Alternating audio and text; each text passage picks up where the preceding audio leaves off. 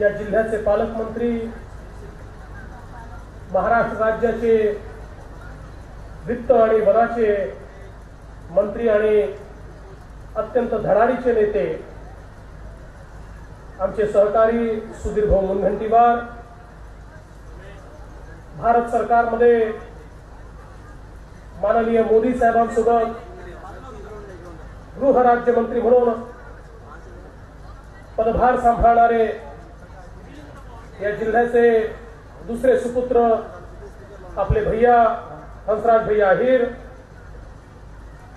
सन्माननीय आमदार नानाभाऊ श्यामपुळे, संजयजी धोटे, मितेशजी भांगडिया, बंटीजी भांगडिया, चंदन भैया चंदेल, हरीशजी शर्मा, माजी आमदार संजय भाऊ देवतळे, जैनुद्दीन जवेरी, आपले जिल्हा परिषदेचे अध्यक्ष देवराव भोंगळे, नगरपालिकेच्या अध्यक्षा रत्नमालाताई भोयर, संध्याताई गुरनुले, एहतेशाम अली, प्रभाकर भाऊ भोयर, संजय गजपुरे, आपले जिल्हाधिकारी आशुतोष सलील, सीओ झडपी देवेंद्र सिंग, या ठिकाणी मंचावर उपस्थित जिल्हा परिषदेचे, नगर परिषदेचे सर्व सदस्य, पदाधिकारी आणि उपस्थित सर्व भगिनी आणि बंधूंनो, मी सर्वप्रथम आपले पालकमंत्री आणि राज्याचे वित्त मंत्री माननीय सुधीर भाऊ मुनगंटीवार यांचं अतिशय मनपूर्वक अभिनंदन करतो की ज्या कन्नमवारांनी खऱ्या अर्थानं या महाराष्ट्रामध्ये महाराष्ट्र निर्मितीच्या आधी आणि महाराष्ट्र निर्मितीनंतर या महाराष्ट्राला दिशा देण्याचं काम केलं, वेगवेगळ्या प्रकारचे मंत्री म्हणून, मग ते सार्वजनिक बांधकाम असेल, सार्वजनिक आरोग्य असेल, या वेगवेगळ्या खात्याचे मंत्री म्हणून आणि मुख्यमंत्री म्हणून या महाराष्ट्रामध्ये आपली एक अमिट छाप या ठिकाणी त्यांनी पाडली। दुर्दैवाने अशा या आपल्या मूळच्या सुपुत्राला महाराष्ट्र आणि महाराष्ट्रातलं काँग्रेसचं सरकार विसरलं होतं।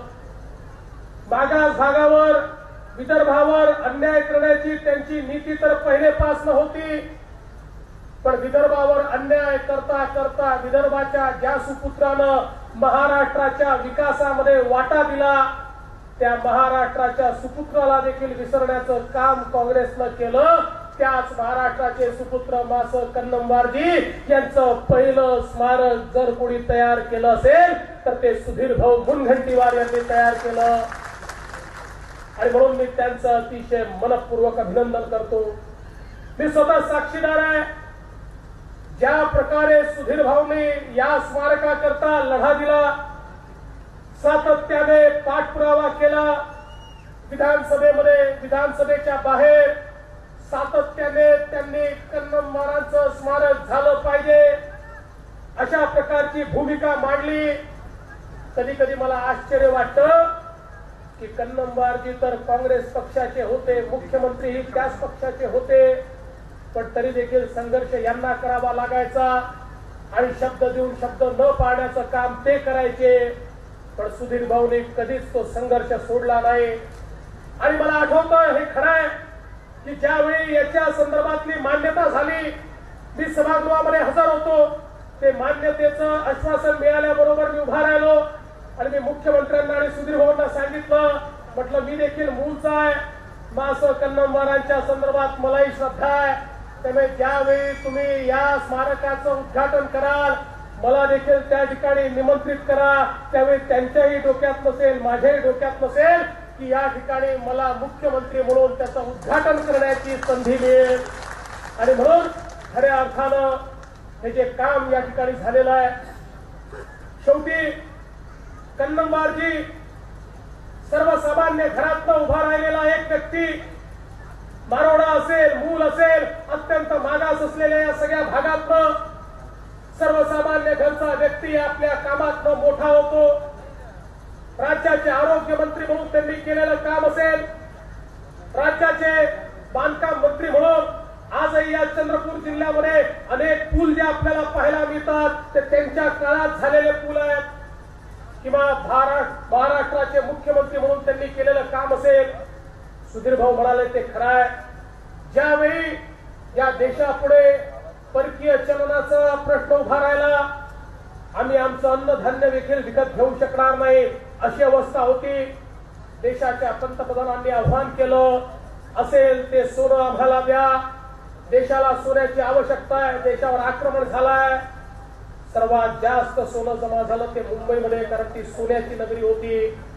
पण मुंबईच्या खालोखाल सर्वात जास्त सोनं जर कुठे जमा झालं असेल तर ते मास कन्नमवारजींच्या आव्हानावर या चंद्रपूर जिल्ह्याने केलं. आणि आपल्याला आश्चर्य वाटेल, त्या काळामध्ये 250 किलो सोनं एकट्या चंद्रपूर जिल्ह्याने देशाच्या तिजोरीमध्ये त्या ठिकाणी दिलं. आमच्या माता भगिनींनी आपलं मंगळसूत्र, आपल्या बांगड्या, कानातले, नाकातले जे काय असेल ही प्रत्येक गोष्ट त्या ठिकाणी दिली. कारण प्रत्येकाला विश्वास होता की देशाकरता लढाई चालली आहे, देशाला आवश्यकता आहे. कन्नमवारजींसारखा मुख्यमंत्री आव्हान करतोय, हा पैसा निश्चितपणे देशाच्या कामामध्ये येईल. सुधीर भाऊ म्हणाले, खरं आहे त्यावेळेची काँग्रेस आणि आताची काँग्रेस वेगळी आहे. आताच्या काँग्रेसनं जर काही मागितलं तर कोणी फुटकी कवडी देखील देणार नाही, कारण त्यांना माहिती आहे हे देशाच्या तिजोरीत काहीच जात नाही. जे देशाच्या तिजोरीत आहे ते स्वतःच्या तिजोरीत नेणारे नेते आता काँग्रेसमध्ये आहेत. आणि म्हणून आता काँग्रेसच्या नेत्यांनी काही मागितलं तरी देखील लोक देणार नाही. पण तो काळ वेगळा होता, चारित्र्यवान अशा प्रकारचं नेतृत्व होतं आणि खऱ्या अर्थानं हे राज्यव्यापी नेतृत्व होतं. मला या ठिकाणी सांगितलं पाहिजे, अनेक वेळा विदर्भाच्या संदर्भात आम्ही ज्यावेळी विकासाचा पाढा वाचतो आम्हाला सांगितलं जातं तुमचे मुख्यमंत्री होते तेव्हा विकास का झाला नाही, असं देखील अनेक वेळा बोललं जातं. पण मला सांगितलं पाहिजे, विदर्भात झालेल्या कुठल्याच मुख्यमंत्र्यांनी कधीही संकुचित विचार केला नाही. तरी विदर्भाचा जसा विचार केला तसा महाराष्ट्राचाही विचार केला, चांद्याचा विचार केला तर बांड्याचाही विचार केला. चांद्याच्या जिल्ह्यामध्ये असलेले कन्नमवारजी सगळ्यात पहिल्यांदा कोकणामध्ये रेल्वे झाली पाहिजे म्हणून केंद्र सरकारकडे त्या ठिकाणी प्रतिनिधी मंडळ ठेवून गेले आणि सांगितलं चांद्याचाही विकास झाला पाहिजे, बांड्याचाही विकास झाला पाहिजे. कोकणचा विकास करायचा असेल तर कोकणात रेल्वे तयार झाली पाहिजे. याकरता कोकण रेल्वेची मागणी घेऊन त्या काळामध्ये त्या ठिकाणी केंद्रातल्या पंतप्रधानांकडे जाणारे कन्नमवारजीच होते. या ठिकाणी कधी हा संकुचित विचार आम्ही केला नाही. ज्या वेळी विचार आम्ही केला त्यावेळी व्यापक विचार केला. आणि आजही मी तुम्हाला सांगतो, महाराष्ट्राचा मुख्यमंत्री म्हणून मी असेल, अर्थमंत्री म्हणून सुधीर भाऊ असतील, होय आम्हाला विदर्भाचा विकास करायचाच आहे.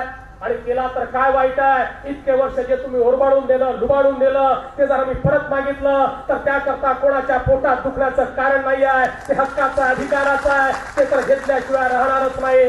पण त्याच वेळी आम्हाला दाखवून द्या, एक तरी आम्ही कुठला या ठिकाणी पश्चिम महाराष्ट्र असेल, उत्तर महाराष्ट्र असेल, कोकण असेल, मुंबई असेल, कोणावर तरी अन्याय या ठिकाणी होऊ दिला का? कारण आम्ही भोगलाय. ज्यावेळेस उपेक्षा भोगावी लागते त्यावेळेस कशा प्रकारे आपली अवस्था होते हे आम्ही पाहिलाय. 15 वर्ष तुमच्या कार्यकाळामध्ये उपेक्षाच भोगली आहे. विदर्भाने भोगली आहे, मराठवाड्याने भोगली आहे, उत्तर महाराष्ट्राने भोगली आहे. या उपेक्षेचे बळी आम्ही पडलेलो. त्यामुळे उपेक्षा म्हणजे काय असते, कसलं जिणं हे आपल्या लोकांच्या माथी येतं हे आम्ही पाहिलेलं आहे. आणि म्हणून आम्ही ठरवलं उपेक्षा कोणालाच या ठिकाणी भोगू देणार नाही. महाराष्ट्राचा उचित विकास झाला पाहिजे आणि जे वंचित आहेत त्यांना देखील या ठिकाणी मोठ्या प्रमाणात निधी मिळाला पाहिजे. आणि म्हणून मी महाराष्ट्राचे आमचे वित्तमंत्री सुधीर भाऊंचं अभिनंदन करेन. अभूतपूर्व अशा प्रकारच्या संकल्पना घेऊन आम्ही बजेट त्या ठिकाणी मांडलं. अरे तुम्ही या ठिकाणी कृषीचं जे क्षेत्र होतं हे केवळ मदत आणि पुनर्वसनाचं क्षेत्र करून ठेवलं होतं. एखादी नैसर्गिक आपत्ती आली तर मदत करा, याच्या पलीकडे तुम्ही कृषीच्या क्षेत्राला कधी मदत केली नाही.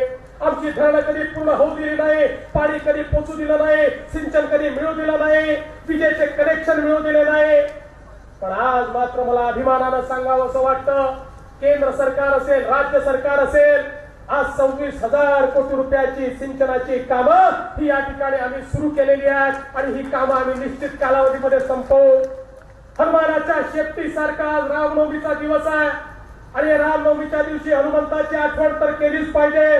पण हनुमंताच्या शेपटीसारखं कधी न संपणारं गोसी खुर्दचं राजकारण हे 2019 सालापर्यंत गोसीखुर्दचं काम पूर्ण करण्याचं नियोजन या ठिकाणी मी आणि आमच्या वित्त मंत्र्यांनी आणि इरिगेशन मंत्र्यांनी केलं. त्याला पैसा दिला आणि एवढंच नाही तर त्या गोसीखुर्द मध्ये त्यांच्या काळामध्ये ज्या काही अडचणी झाल्या, जे काही घोटाळे झाले, आज त्या ठिकाणी केंद्र सरकारची कंपनी आणून थेट केंद्र सरकारला ते काम देऊन ते काम सुरू करण्याचं काम या ठिकाणी आपण केलं. आणि त्या माध्यमातून गोसीखुर्दचं पाणी हे चंद्रपूर जिल्हा असेल, आमचा भंडारा जिल्हा असेल, गोंदिया जिल्हा असेल, इथपर्यंत पोहोचलं पाहिजे, नागपूर जिल्हा असेल, याकरता मोठं काम आपण या ठिकाणी सुरू केलं.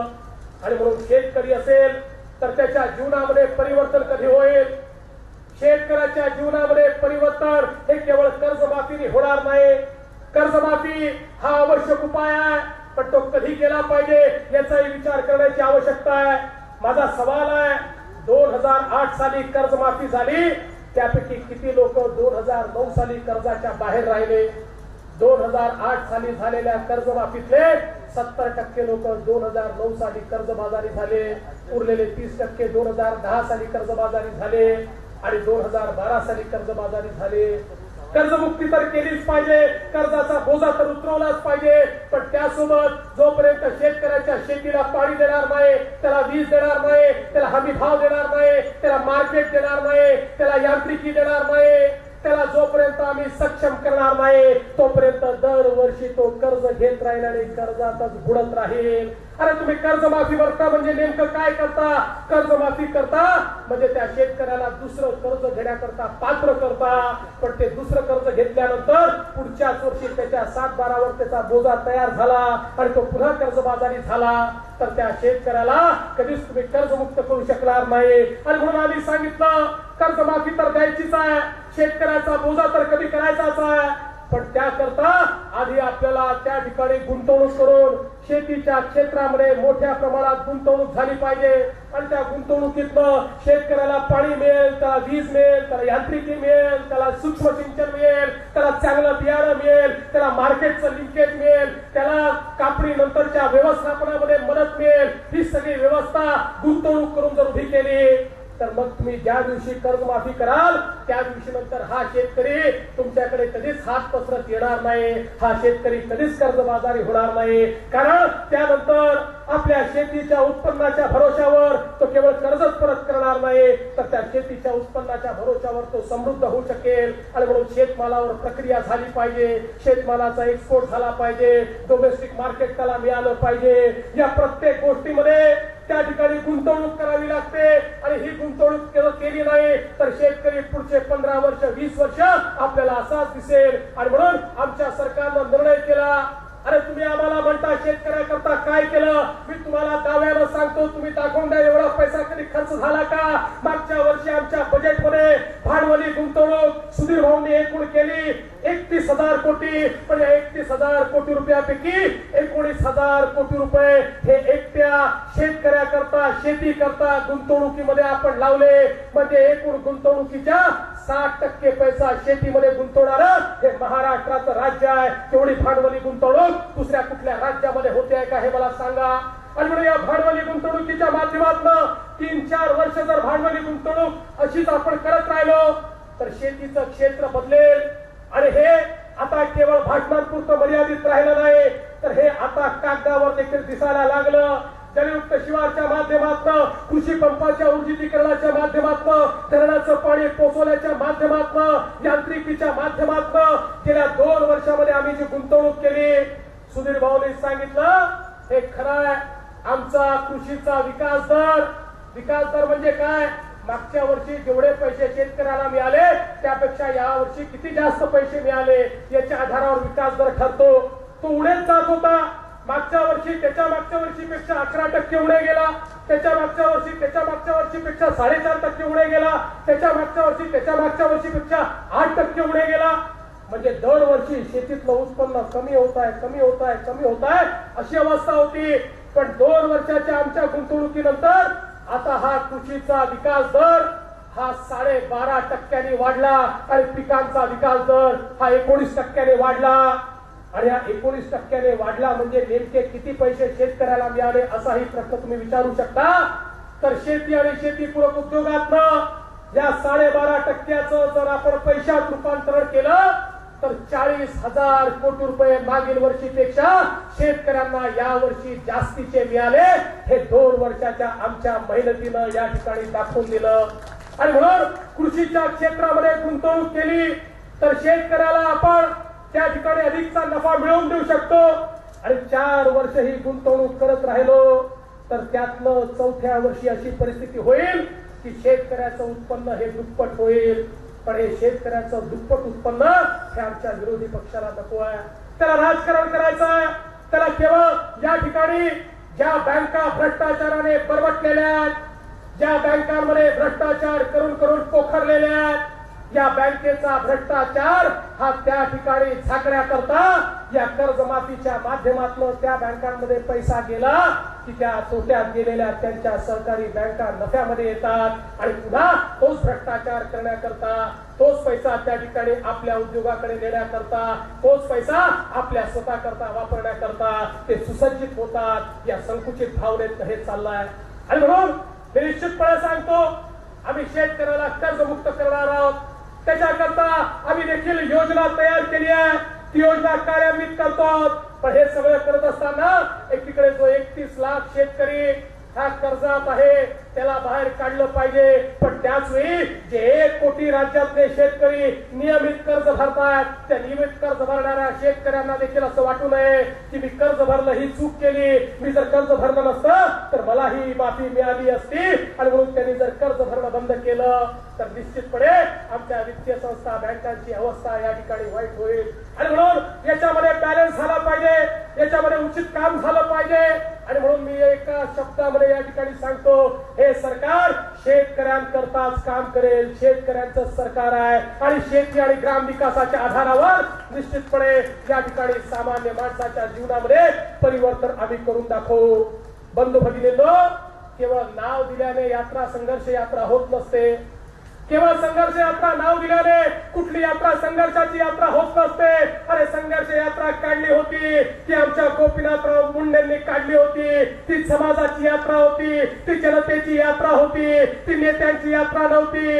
एअर कंडिशन मर्सिडीज बेंझ मध्ये त्या ठिकाणी बसून नेते बाहेर देखील उतरायला तयार नाही, अशा प्रकारची ती यात्रा नव्हती. जमिनीवर लढाई करणारे कार्यकर्ते आणि त्यांच्या सोबतचे शेतकरी हे त्या यात्रेमध्ये सम्मिलित होते. कारण त्या शेतकऱ्याला हे माहिती होतं, हा माझा करता संघर्ष चालू आहे. अरे आता तुम्ही शेतकऱ्यांकरता संघर्ष यात्रा काढतो म्हणता, खरं म्हणजे आपण बघा आता या ठिकाणी इतकी जनता या चंद्रपूर जिल्ह्यामध्ये आहे. कोणाला गाड्या देऊन बोलावलेलं नाही, स्वतः जनता या ठिकाणी आलेली आहे. ही एवढी मोठी जनता या ठिकाणी विकासाच्या कामाकरता आली आहे. आणि तुम्ही तर म्हटलं आम्ही शेतकऱ्याकरता संघर्ष करतो. आठवा, तुम्ही या चंद्रपूर जिल्ह्यात त्या ठिकाणी संघर्ष यात्रेची सुरुवात केली. याच्या 25% लोक देखील तुमच्या संघर्ष यात्रेच्या पहिल्या सभेला तुम्ही जमा करू शकला नाही.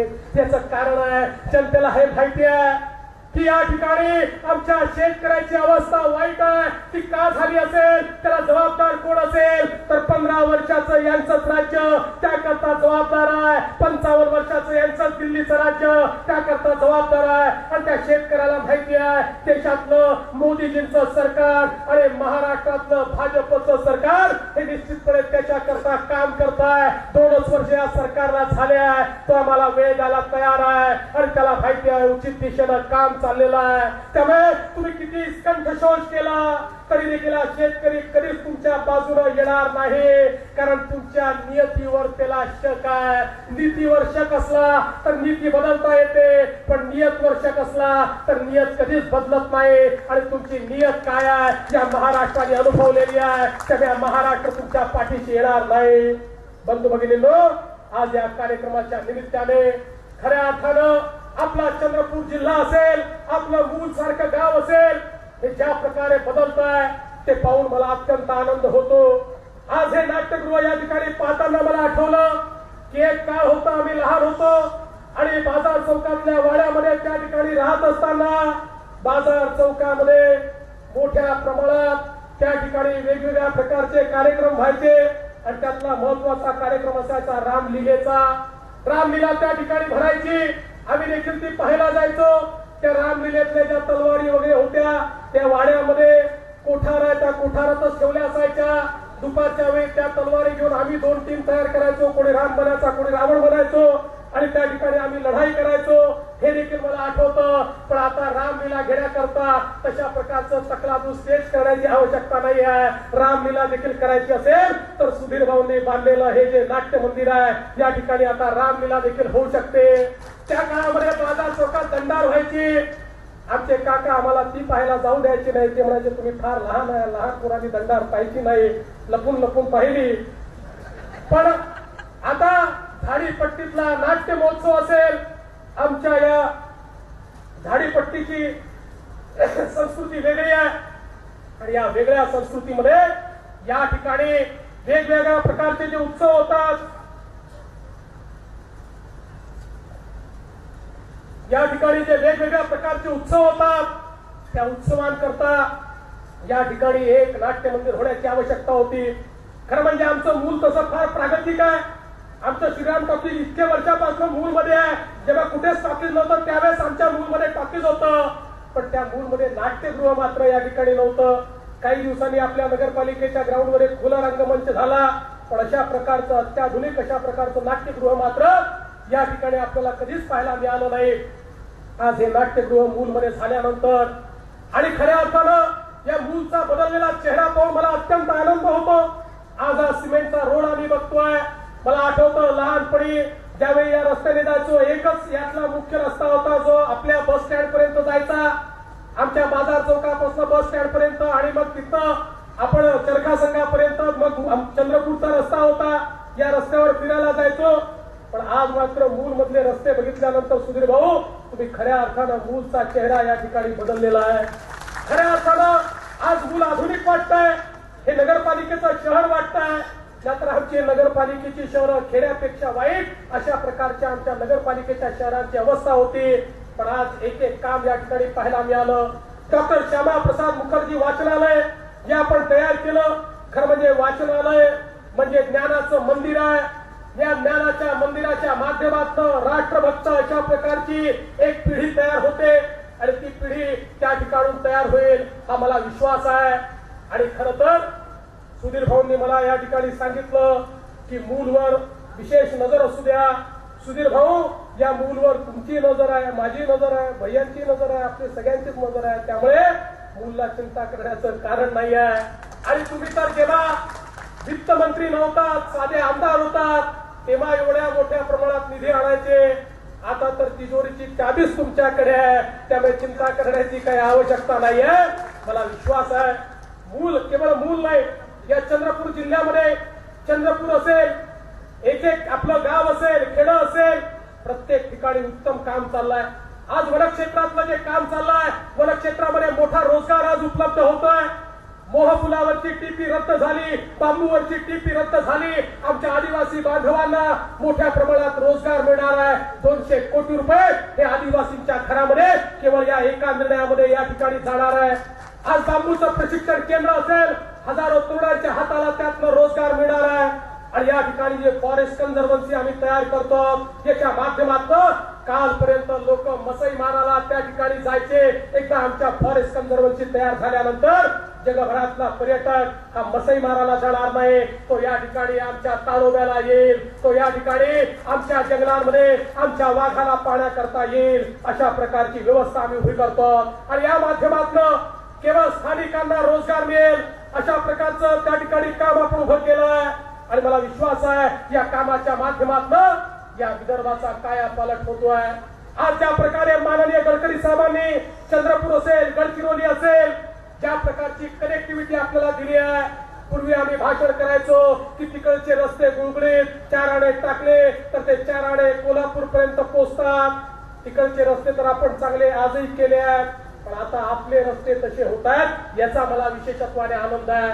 जी कनेक्टिव्हिटी मिळते त्या माध्यमातून राष्ट्रीय महामार्गाचं जाळं गडकरी साहेबांनी तयार केलंय. आणि त्या माध्यमातून मला विश्वास आहे येत्या काळामध्ये आमचा चंद्रपूर जिल्हा असेल, गडचिरोली असेल, गोंदिया असेल, भंडारा असेल, आमचं पूर्व विदर्भाचा सगळा जो भाग आहे, ज्या वनसंपदेच्या माध्यमातून इथलं नैसर्गिक सौंदर्य आम्ही टिकवून ठेवलाय, हा भाग महाराष्ट्रातला एक विकसित भाग झाल्याशिवाय राहणार नाही. मी पुन्हा एकदा सुधीर भाऊंचं अभिनंदन करतो, हंसराज भैयांचं अभिनंदन करतो, आमच्या लोकप्रतिनिधींचं अभिनंदन करतो आणि विश्वास व्यक्त करतो की जनतेतलं काम अशाच प्रकारे तुम्ही सुरू ठेवाल आणि तुमच्या कामाच्या भरोशावर जनतेचे आशीर्वाद असेच आपल्याला प्राप्त होत राहतील, हा विश्वास व्यक्त करतो. पुन्हा एकदा कन्नमवारजींना श्रद्धासुमन अर्पित करतो आणि आपण मला बोलवलं त्याबद्दल आभार मानून माझे 2 शब्द संपवतो. धन्यवाद. जय हिंद. आपल्या सर्वांना रामनवमीच्या